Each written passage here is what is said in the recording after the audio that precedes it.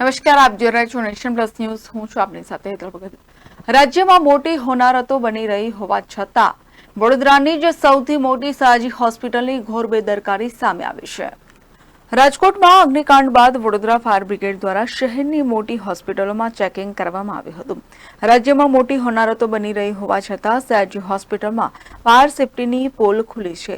સયાજી હોસ્પિટલમાં ફાયર સિસ્ટમનો મુખ્ય પંપ જ બંધ હાલતમાં મળી આવ્યો હતો.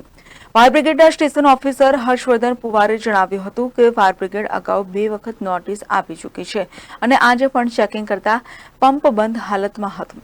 હોસ્પિટલના સત્તાવાળાઓએ ગ્રાન્ટ મળી ગઈ છે અને કોન્ટ્રાક્ટ સોંપી દીધો છે તેમ જણાવ્યું હતું, જેથી ફાયર બ્રિગેડ દ્વારા તેમને ફરીથી જેમ બને તેમ જલ્દી કામ કરવા માટે નોટિસ આપવામાં આવી હતી. જી આજે કમિશનર સાહેબના આદેશ અનુસાર જે બી હાઈરાઇઝ હોસ્પિટલ આવેલા છે બરોડામાં તેનું ચેકિંગ હાથ ધરવાનું છે અને એના અનુસંધાને જે આપણું ઇમરજન્સી વોર્ડ છે એસએસજીમાં તેનું ફાયર સેફ્ટી બાબતનું ઇન્સ્પેક્શન કરેલું છે.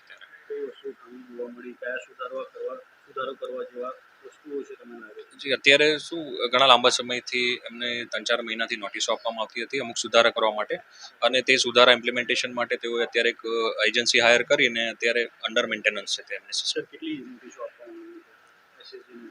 અંદાજિત 2 થી 3 નોટિસો અગાઉ આપેલી છે તેઓ દ્વારા. મોટે ભાગમાં જે હાઈરાઇઝ બિલ્ડિંગ છે તો કયા નોર્મ્સ પાલન કરવા જોઈએ એક સરકારી હોસ્પિટલને શું લાગે?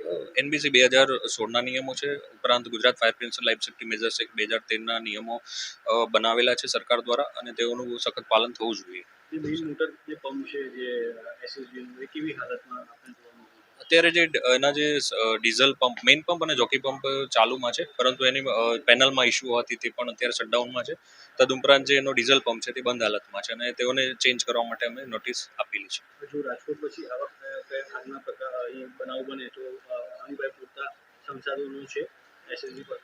પહેલા તો જે સિસ્ટમ ચાલવા માટે જે પંપ જોઈએ પંપ બંધ હાલતમાં છે, તેથી જો ફાયર ફાઇટિંગ કરવાની થાય તો અમારા જે ફાયર ફાઇટર્સ છે તે અમારા ફાયર વ્હીકલની મદદથી જ ફાયર ફાઇટિંગ કરી શકીએ.